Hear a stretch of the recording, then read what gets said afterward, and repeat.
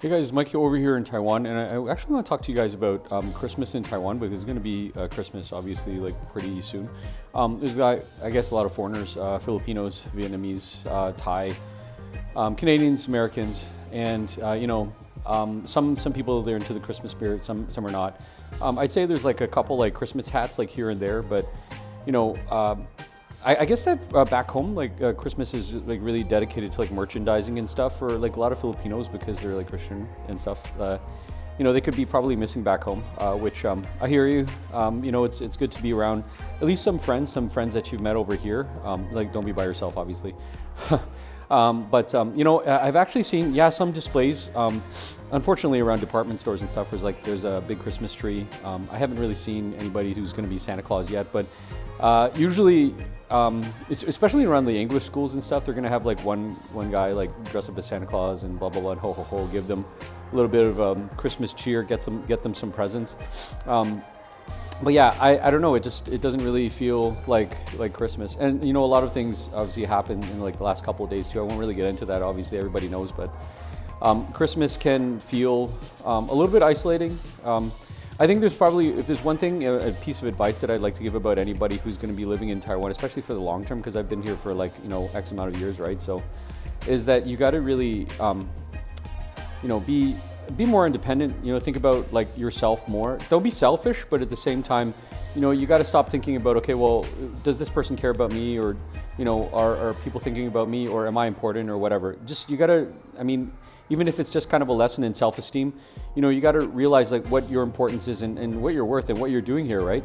Because everybody has a choice. I think there's when you're talking to some people in Taiwan, and then you just talk about like how miserable you are sometimes, especially when you get here for the first time, then they're going to be like saying, okay, well, if it's so bad here, then why don't you just leave? And this is kind of true of like almost any other place, right?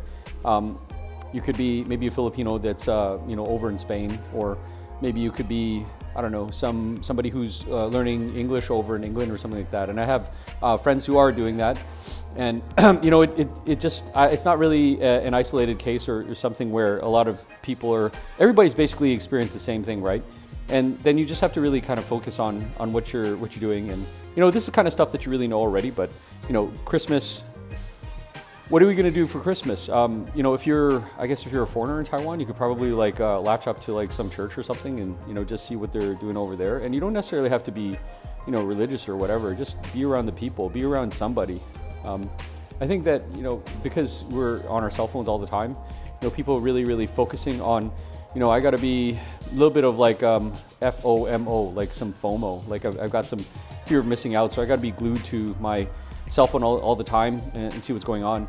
And yeah, it's good to like have like video calls and stuff, because I've seen like some certain people, they got their video calls, they got their friends and family, and they're all like talking back home and whatever, and that's cool, like whatever they're doing over there. But like, what are you doing over here?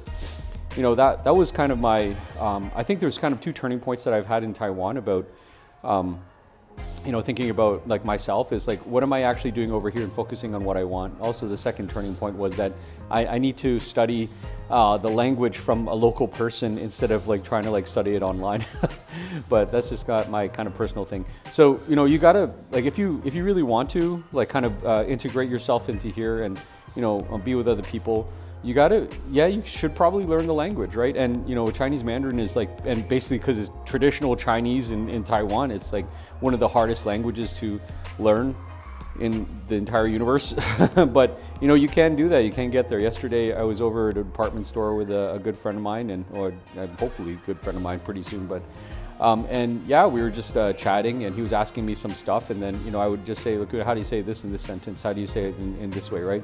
And there's just kind of these like little subtleties that like I don't go through. A lot of people, what they want to do is they want to study the language by themselves, and I'm not going to say that it doesn't work, but you're going to have a kind of a hard time unless you have somebody like guiding you, like native speaker saying, okay, this is the way they do this, or this is the way you do that. But anyways, that's kind of like off track. The point is, guys, that if you are by yourself right now during this Christmas time in Taiwan, go find somebody to hang out with, even if it's just like a coworker, or probably not a neighbor, but like find a group to join and just have dinner with them or something, because people care. See you guys later. Bye.